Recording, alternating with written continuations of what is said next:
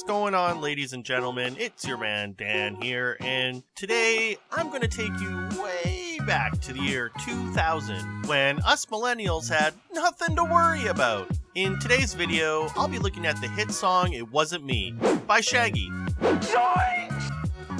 Different Shaggy. Love me, sex machine. There we go.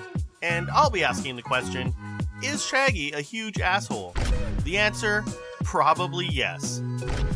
It Wasn't Me tells the tragic story of a man who, after making a critical mistake, looks for help and advice from a possible sociopath, which leads to the demise of his long-term and serious relationship. How serious of a relationship was it, you might ask? Well, he gave her the keys to his apartment, so I'd say that's pretty dang serious. So the narrative of the song is told from the perspective of British singer Rik Rok as he recounts his story to Shaggy. Rik Rok is there asking Shaggy for help, asking him what to do because he's having women problems and he really has nowhere else to go. We meet Shaggy as Rik Rok arrives at his house and Shaggy greets him via video phone.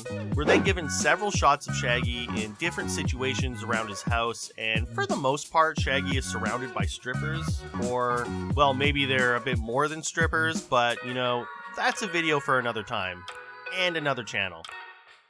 We're then shown the events that lead to Rik Rok being there in the first place.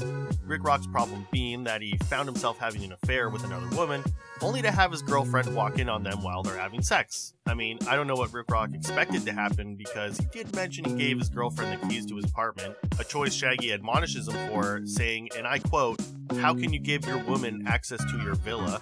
And it's from here where things start to get a little suspicious, because Rik Rok mentions that his girlfriend somehow even caught them on camera, and this is suspicious because while all this adultery and infidelity is going on, we see Shaggy monitoring the situation, using all sorts of high-tech surveillance equipment, and he's feeding Rik Rok information so that Rik Rok can evade being caught in the act with his mistress. The whole thing plays out like a low-budget spy movie, and I suppose the message here is that to be a good player requires a certain degree of trickery, like you essentially have to be good at lying and not getting caught. Two things that Rik Rok doesn't seem to be all that good at.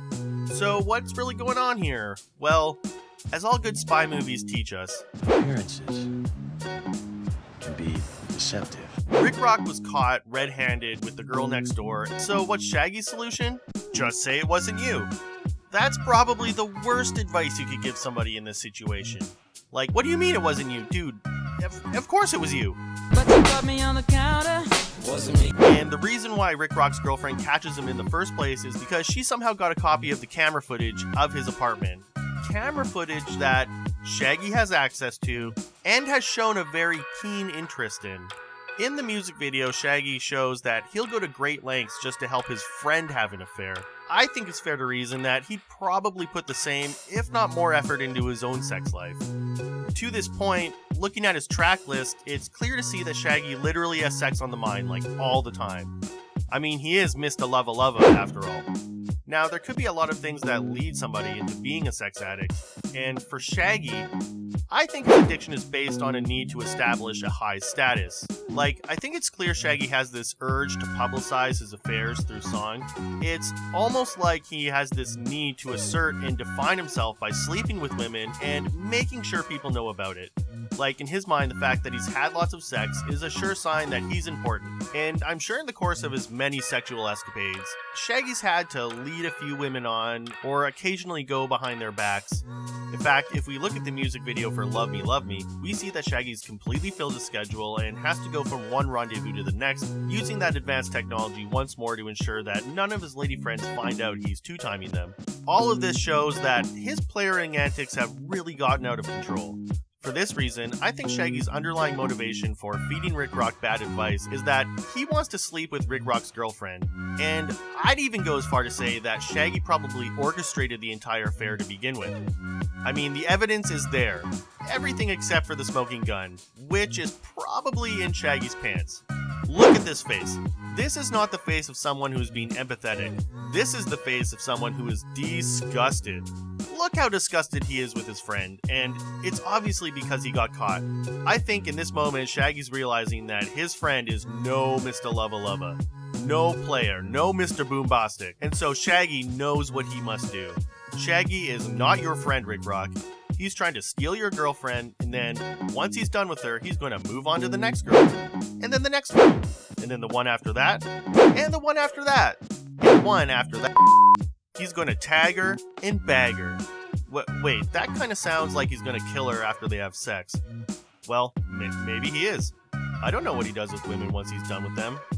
But that's a video for another time. And another channel.